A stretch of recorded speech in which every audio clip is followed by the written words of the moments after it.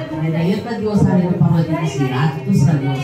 परवा आले, काल का नाही आले? काल मला गाडी भाड्याची गाडी गाडीच भेटून नाही राहिली दिवसात असं. बरं, तुम्हाला त्रास काय आहे?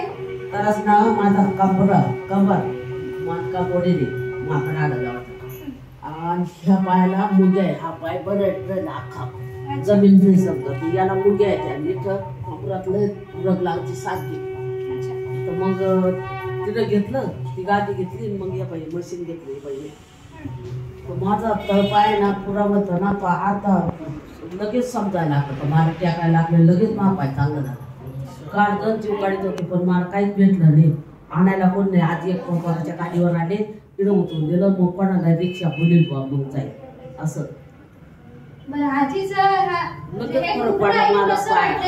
आजीला हा जो त्रास आहे ना, हा त्रास काय झालाय?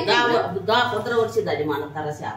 सक्सेस नाही होता ऑपरेशन माझं माकड आलं, म्हणून मी आजीला बघून असं वाटतं त्यांनी पूर्वी खूप कष्ट केले असेल, त्याच्यामुळे हा त्रास होतोय. नाशिकला शहराच्या होतं ना, तिथं जायची मी तर लई चांगली पायी जायची.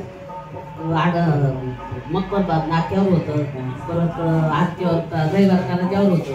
आजी ते सेंटर माझंच होतं, ते सेंटर माझंच होतं, आरकेवर होतं. ते आरकेवर होतं, तिथं माझंच होतं ना, तुमचंच होतं ना. तिथं मी लई दिवस 3 वर्ष गेले ना, मला गाठी दिली सरायने आणि त्याच्यात ती परीक्षा द्यायची ना, पास करायची. मी आणखी वाजवले तरी मी तुला सांगून सांगायची काय काय. तर मी 5 झाले, त्याच्यामध्ये 3 वेळा 5 झाले. मग त्याची फोटो लावले होते माझे सगळं. आणि तेव्हा आता मी कसं तुम्हाला शरीराचं नॉलेज दिलं, रक्त कुठे बनतं, हे कुठे असतं, हे काय असतं, तर आम्ही तेव्हा परीक्षा घ्यायचो, पेपर द्यायचो, असे प्रश्न लिहायचो की बनत्याला किती असतं ते असतं. आणि आजीसारखे लोक त्याच्यात पूर्ण प्रत्येकाचे उत्तर आहे ना एकदम सारखे द्यायचे. चालवायची तेव्हा मी घरी जायचे. त्यावेळेस आमच्याकडे कमीत कमी 4 बॅच वेटिंगची होते, म्हणजे 10 वाजता जे आलेले व्यक्ती आहे ना, ते 2 वाजता घरी जायची, इतकी गर्दी होती. कारण त्यावेळेला नाशिकमध्ये तेवढंच एक 25 आलं ना तर 1:30ला 2ला यायचो घरी.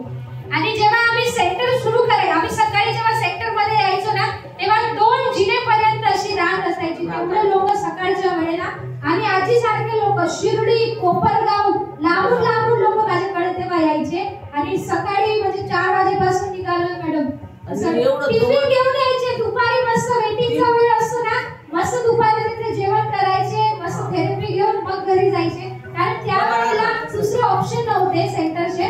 आणि इतके म्हणजे त्यावेळेस ना मला एक कळलं की हे जेवढे आजी लोक येतात ना, यांना बघून असं वाटतं की यांनी आयुष्यात खूप कष्ट केले, भरपूर कष्ट केले, कमी वयापासून काम करत आले. दुसरी गोष्ट अशी की त्यावेळेला म्हणजे बाळंतीण असताना पण जास्त त्यांना आराम करायला पण वेळ मिळालेला नाही, त्यामुळे या वयात हे सगळं दुखणं बाहेर येतं.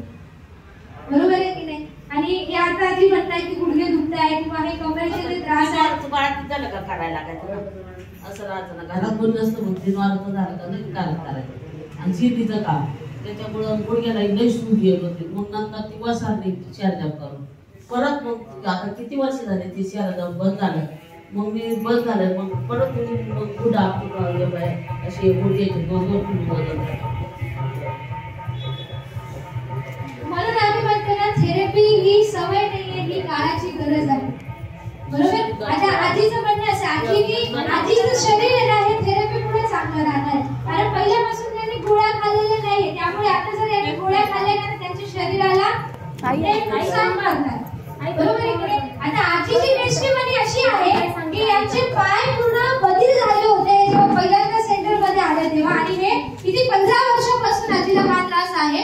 तर पाय बधीर का मुळे होतात? कारण रक्त पुरवठा खालपर्यंत व्यवस्थित होत नाही, आणि आजीची कंबरची नस सुद्धा दबलेली आहे, म्हणून खालपर्यंत रक्त जाणार, तळपायापर्यंत जाणार नाही. आणि म्हणून जे पचनाचं सेन्सेशन आहे ते पूर्ण बधीर झालंय. तर आईनी काल ततम थेरपी घेतली, त्याच्यात त्यांनी फूडची थेरपी घेतली, आणि त्यानंतर त्यांनी नी बेल्ट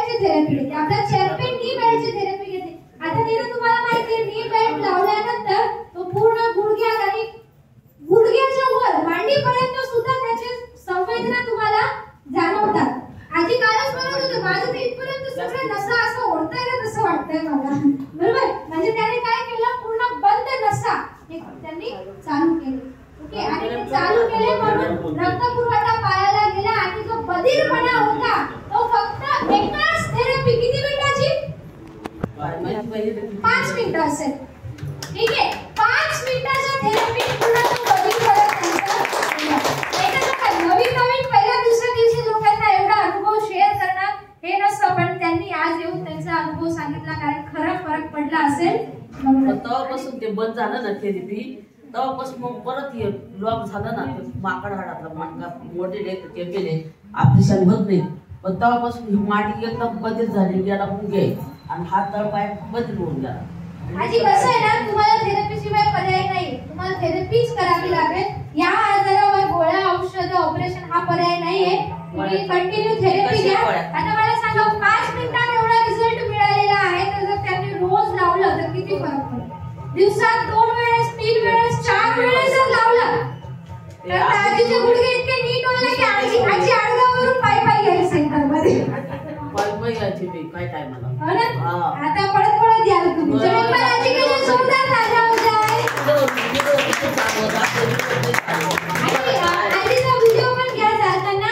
आपण 15 दिवसानंतर परत एक त्यांचा व्हिडिओ काढू, मग आपल्याला कळेल की ते पहिले कसे चालत होते आणि आता कसे चालतात. आपण रोज बघतो ना, म्हणून तेवढा फरक आपल्याला दिसून येत नाही. रिक्षा भेटले ना, काही वाढायचं पण जाऊ आणून सोडायचं, नेऊन सोडायचं मळ्यामध्ये, एवढं जरी मला भेटले ना तरी बस. भेटेल देवाने इथपर्यंत पाठवलं, पुढची पण मी मोटरसायकल बसून आले मळ्यातून.